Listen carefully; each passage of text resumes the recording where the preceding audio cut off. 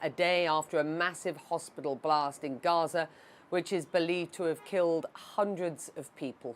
We must warn you that the images from the hospital are graphic. It remains unclear at this hour who is responsible. Palestinian officials blaming ongoing Israeli airstrikes. The Israeli Defense Forces categorically deny any involvement, saying Islamic Jihad is to blame. Well, a short time ago, an IDF spokesperson presented images to the media claiming they show the destruction at the hospital could not have been caused by an airstrike. He said there were no visible signs of craters or damage to other buildings nearby, but the images did show fire damage to several vehicles in the hospital parking lot. Now, the IDF argues the fire damage at the hospital resulted from an errant rocket launch by Islamic Jihad. CNN cannot independently confirm what caused the blast. All right, a news conference, all of this information. You were there in that room.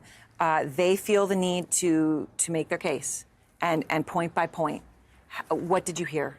Yeah, they certainly do feel the need to make their case. I think they would be doing it regardless of whether or not President Biden was arriving here today. But certainly there was a greater sense of urgency because the President of the United States was arriving after this horrific bombing of this hospital in which hundreds of civilians are believed to have died. And they're making their case in a number of ways. They are providing a lot of intelligence that they say that they have gathered, both conversations with Hamas militants and also pointing to some of the facts on the ground. One of the key pieces of information that they said that bolsters their claim is this idea that there was no crater on the ground. But amid all of this, we have already watched as the Arab world in particular has already made up their mind about the situation. And that is something that Israel is certainly fighting against. And they're fighting against it because they have had a credibility problem in the past, including with the killing of the journalist Shireen Abu Akleh last year, when the Israeli government initially claimed that it was Palestinian militants and not Israeli soldiers who fired on her. I asked the IDF spokesman that question. Among other incidents, the Israeli government initially claimed that it was armed Palestinian militants who killed the journalist Shireen Abu Akleh, which we know is not true. So why should the world trust you now? Because of the importance of credibility. We took the time. It took us more than 5 hours. We wanted to double-check everything, make sure we're credible. Again, we wanted to double-check everything, make sure we're credible, opposed to the other events that you mentioned.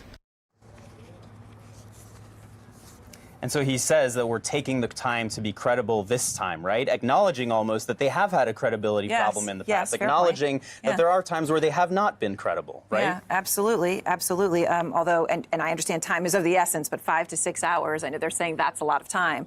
But, you know, I'm not exactly sure how to look at that, but it's not a lot of time in some sense, isn't it? With the journalists who were killed in southern Lebanon, we still don't have an official IDF response to that, for example, amid allegations that it was because of IDF shelling on them. So they clearly pick and choose their moments when they want to put out fulsome information and they want to make their case. Absolutely. And Phil and Poppy, I will say one other thing, because Jeremy has all this too.